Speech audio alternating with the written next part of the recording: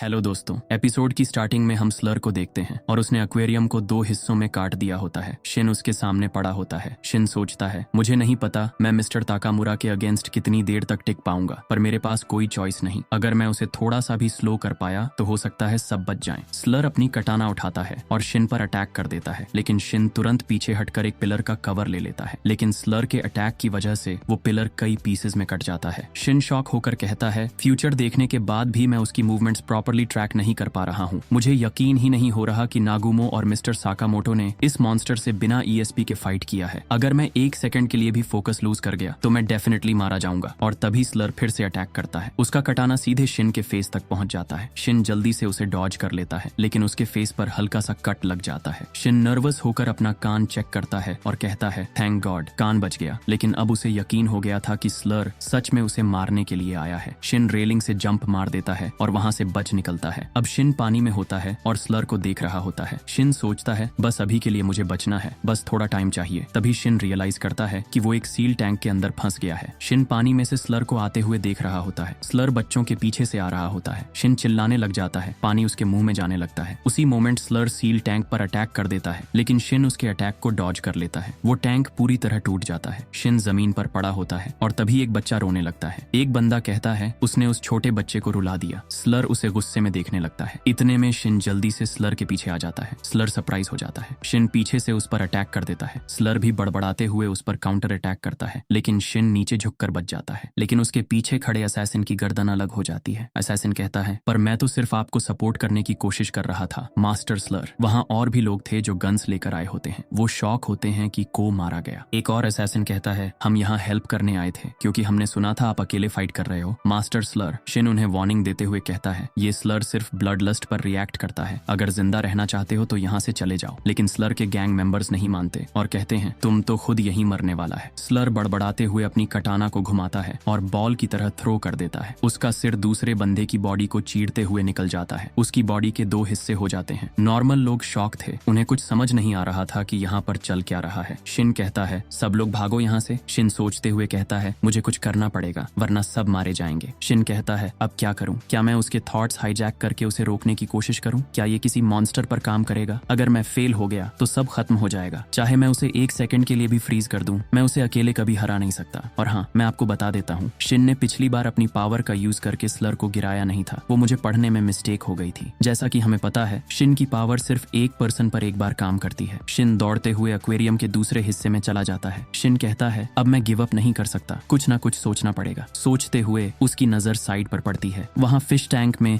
एक बॉडी तैर रही होती है और शॉकिंगली वो एक नहीं थी, वहाँ कई सारी बॉडीज थी। स्लर ने बहुत सारे लोगों को मार दिया होता है और उनके खून की वजह से पानी रेड हो जाता है। बॉडीज पानी में मछलियों के साथ तैर रही थी। शिन के पसीने छूटने लगते हैं। उसका सिस्टम वहीं पर हैंग हो जाता है। कुछ ही मोमेंट्स में पूरा एक्वेरियम खून से भर जाता है। पानी का रंग डार्क हो चुका था। शिन इधर उधर देखने लगता है कि स्लर कहाँ है और तभी उसे एहसास होता है कि स्लर उसके ऊपर है। स्लर अपनी कटाना उस मोटे ग्लास में घुसेड़ देता है। वो सीधे शिन को टारगेट कर रहा होता है। ग्लास में क्रैक आ जाता है और पानी बहने लगता है। एक बार फिर से दोनों आमने सामने होते हैं। स्लर पानी से बाहर निकलता है और बस उसे घूरने लग जाता है, जबकि शिन क्लियरली डरा हुआ होता है। वो खुद से कहता है, काम डाउन, मुझे उसे फ्रीज करना होगा। अगर वो मेरे ईएसपी से पहले मूव कर गया तो मैं तो गया। तभी उसकी नजर पीछे जाती है, जहाँ एक लेडी और एक बच्चा होते हैं। बच्चा रो रहा होता है। शिन सोचता है, ये लोग अभी भी यहाँ हैं, उन्हें इवैक्यूएट कर देना चाहिए था। शिन अपनी फिस्ट टाइट कर लेता है और सोचता है, मुझे उसे रोकना ही पड़ेगा। कम से कम जब तक मिस्टर साकामोटो यहाँ नहीं आ जाते, मुझे एक छोटी सी ओपनिंग क्रिएट करनी होगी और फिर अपनी पूरी ताकत से अटैक करना होगा। स्लर अभी भी उसे देख रहा होता है और जैसे ही शिन फ्रीज कहने वाला होता है, स्लर उस पर कटाना से अटैक कर देता है। देखने में ऐसा लग रहा होता है जैसे उसका सर कट गया है। तभी ताकामुरा का पर्सना फिर से स्लर के अंदर वापस चला जाता है, लेकिन स्लर अभी भी बड़बड़ा रहा होता है। अगले चैप्टर की रिलीज डेट स्क्रीन पर आ रही होगी और अगला चैप्टर 8 जून को आएगा। और इसी के साथ आज का वीडियो खत्म होता है।